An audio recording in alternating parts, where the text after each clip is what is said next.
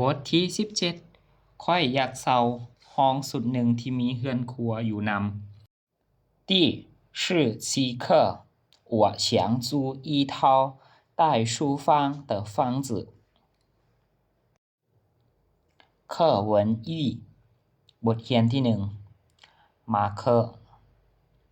我想在学校附近租一套房子ข้อยอยากเซาห้องที่อยู่หอพักที่อยู่ใกล้โรงเรียนหรือว่าข้อยอยากเซาห้องที่อยู่ใกล้กับโรงเรียนเนาะอยู่บริเวณโรงเรียนปัวเฉียว为什么留学生宿舍不是很好吗หอพักนักศึกษาต่างประเทศก็ดีอยู่แล้วบ่แม่นบ่买课我想租一套带书房的房子ข้อยอยากเซาห้องหนึ่งที่มีห้องและเรือนครัวอยู่นำปัวเฉียว你想自己做饭เจ้าอยากเฮ็ดกินเองบ่对我想学做中国菜ถึกข้อยอยากเรียนเฮ็ดอาหารจีนปัวเฉียว你要住什么样的เจ้าอยากเซาห้องแบบใด马克一室一厅一卫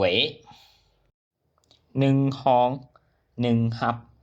หนึ่งน้ำตัวนี้อาจสิแปลเพี้ยนหน่อยนึงเนาะต้องขออภัยเด้อตัวนี้แต่แปลตามความเข้าใจเล็กๆแบบให้มันอีหยังว่ามันแบบให้คนถามงงนะปัวเฉียว什么是一室一厅一卫แม่นหยังหนึ่งห้องหนึ่งหับหนึ่งน้ำ马克就是一个卧室一个客厅一个卫生间